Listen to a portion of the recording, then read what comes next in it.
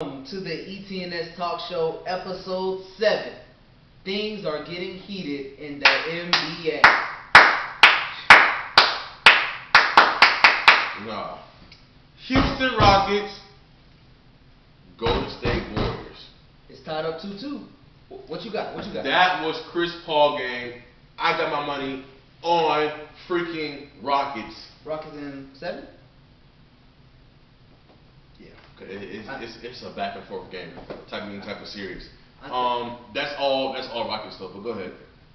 And last night, really, Rockets, that was a very pivotal win for them because game 3 they played horrible. Like the Warriors just got their way. They didn't have that chemistry. They didn't have the chemistry, and really Mike D'Antoni, he looked to his leaders and say, hey, if you guys want to beat this team, you guys are gonna have to step up. Right. Harden really stepped up in the second quarter to get that edge, and in the fourth quarter they pulled it out. The Warriors, on the other hand, they had a very strong third quarter, but they were gassed out on the fourth quarter. So do you think Steve Kerr is playing? I don't think Steve Kerr trusts his bench.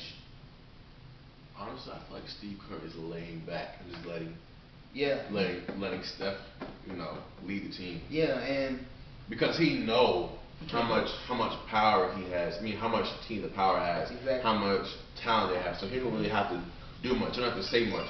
Same thing with the Cavaliers, because they all know that's LeBron team. So the coaches don't have to say much. Yeah. And Steve Kerr, he's always been that weak coach, and he just depended on his players because if you look back in the 2016 NBA Finals, he really just got out-coached because they had a way better team than the Cavaliers. So Steve Kerr, lately he's been getting out-coached, and Mike D'Antoni, he's the former coach of the year, and he's booming right now. Yep.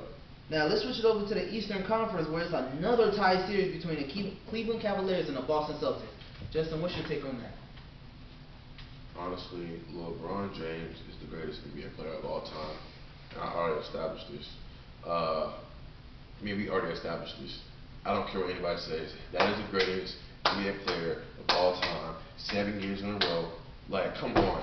And I've just never seen a freaking athlete that can play point guard, shooting guard, small forward, power forward, and a center. He's very talented, but what's really scaring me is Boston took a quick 2-0 lead, but when they go back to Cleveland, they're not playing like how they played in Boston. So, but we don't know that. It's hard. It's hard for Cleveland to lose in Cleveland. Oh yeah. It's hard for teams to win on the road. Period. So that's the thing that's scaring me. That Boston, they can win at home, but they can't win on the road. So really, I think at first I was saying Boston in 5. Now I'm like, I don't know. If Cleveland wins tonight, they're going to win it at home. They're going to end it at home. And LeBron's going to go back to the finals. And it's tied up right now. Listen. LeBron's going to take the win, man. I'm telling you how. When he's in the playoffs, he goes through this mindset that I got to freaking win. I'm at home. Yeah. It's like he never loses at home in the playoffs. And if he does, he's going to come back and get another W. But tonight is a game in Boston. So if he can win in Boston, I think he can take it. It's over. Yeah. And Boston, they're really young, and they don't have their star players too. So really, Boston's gonna be back next year. No damn body. I mean, they got Jason Taylor and your boy but Kyrie hurt. Y'all ain't see him till next year. Yeah. And like my old African American studies teachers used to say, bye. You're not gonna see him until next year. But I mean, shout out to Mr. O'Neal too. It's a pretty good series though. It's a good series. So we shall see tonight on who's really going to take this Eastern Conference. So switching over to the NFL now, what do you think about Carolina's new owner, David Tepper? I feel like he's very. I feel like he's going to be a very good owner. He made a promise that he's going to keep him here in the Carolinas. He's not going to move them. Actually, the person he was going against during the bidding war to buy the Panthers is a guy. He's a billionaire from Charleston, South Carolina. Oh. So I feel like if that guy would have bought the team, he probably would actually move the team to South Carolina.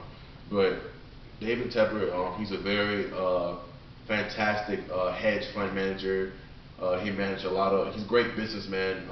Managed a lot of funds, billions of dollars. He knows what he's doing. So it's not like the team's going to be in a financial crisis. Yeah. So financial is going to be good. I feel like the fan base of the Carolina Panthers is pretty big and it's spreading outside of the Carolina. It is. So it's gonna be dope. I feel like in the near future he's probably gonna build another stadium, even though they just had upgrades about 2-3 years ago.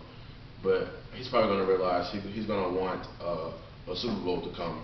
And most Super Bowls are being done in dorms. I mean, not dorms, but domes. Excuse me. I'm thinking of college, but yeah, I think he's gonna do another stadium. Now, quick question: the current owner, Mr. Richardson, he has a statue in front of the stadium. So, what are they gonna do with that once the new owner comes in? That is an actual good question. I don't think it's really appropriate to build a statue of an owner unless they're like really known and famous NFL. Like it would be appropriate if they did that for like Dan Rooney for the Steelers or Art Rooney, which they do have a statue of him. Jerry Richardson, not so much. That's what I'm saying. Like a lot of people only knew Jerry Richardson because of like when he made it to the Super Bowl. I feel like it should be built when a team is actually family owned. Yeah. And the team is passed down to the family, and you know that team's gonna stay in the family. So. Funny, have you seen the statue? The football. he looked like the little grandpa or the man up. So. And he got the little calf next on him. Yeah. Dog. Yeah. He looked like the man from Up. So on to the owners of who changed the kickoff and the use of helmet. Now I didn't really hear about that. So they're basically I just found this out today, but they're basically changing the rule for like kickoff, and they're basically saying it's like the collisions with the punts and like when they're blocking. Yeah, something like that. And then lastly, the national anthem. Now, I don't want to start like an uproar or anything, so I really want the fans. Tell us what you think about the new NFL national anthem policy. They say they will fine players if they do not stand, and if they do not want to stand, they must stay in the locker room and come out after. So just tell us what you think about that, and maybe we'll talk about that in our next show. Yeah, just let us know, guys.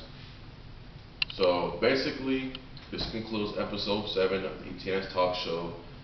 Basically, y'all know the routine. Our website is linktothenetworksports.weebly.com.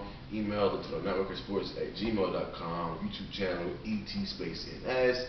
Tell everyone to subscribe and watch our old episodes and the Mac Hugh interview, which is on our YouTube channel too. Please check it out. Yep, and our YouTube channel. Instagram is linktothenetworksports.weebly.com.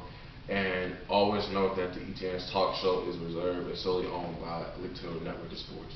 So, we'll see you guys episode 8.